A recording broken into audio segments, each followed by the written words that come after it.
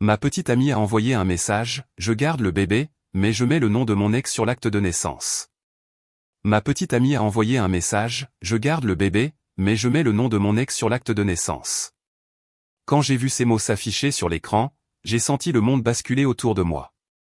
J'étais seul, dans mon petit appartement du 15e arrondissement, entouré de silence, comme si Paris avait soudain cessé de respirer.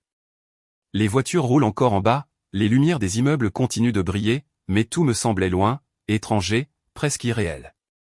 Je suis resté immobile quelques minutes, incapable de comprendre comment la journée avait pu se transformer en un tel chaos. Le matin même, je m'étais réveillé avec l'idée que ma vie prenait enfin une direction stable. Je pensais avoir trouvé une forme de paix avec elle, une manière de croire en un avenir commun, malgré nos hésitations, malgré cette ville immense qui avale les certitudes et ne laisse que des doutes. Je me suis souvenu de nos balades près des quais, des après-midi où nous parlions d'un futur encore flou, mais rempli de possibilités. Je croyais que ces moments avaient une valeur, qu'ils construisaient une histoire. J'ignorais qu'ils pouvaient s'effondrer aussi vite qu'un souffle. En lisant son message encore et encore, j'ai commencé à ressentir un mélange étrange de tristesse et de lucidité. Comme si une partie de moi avait toujours su que quelque chose n'allait pas, qu'un secret rôdait dans les silences entre nous. Paris, avec ses rues étroites et ses façades chargées d'histoire, semblait soudain refléter ma propre confusion. Je me suis mis à marcher dans l'appartement, puis finalement dehors, incapable de rester enfermé avec mes pensées. J'ai traversé le boulevard Garibaldi sans vraiment regarder où j'allais. Le vent était froid, mais étrangement apaisant.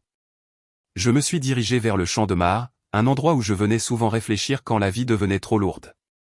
En observant les visiteurs marcher, rire, prendre des photos, j'ai réalisé que ma peine n'avait aucune emprise sur le monde.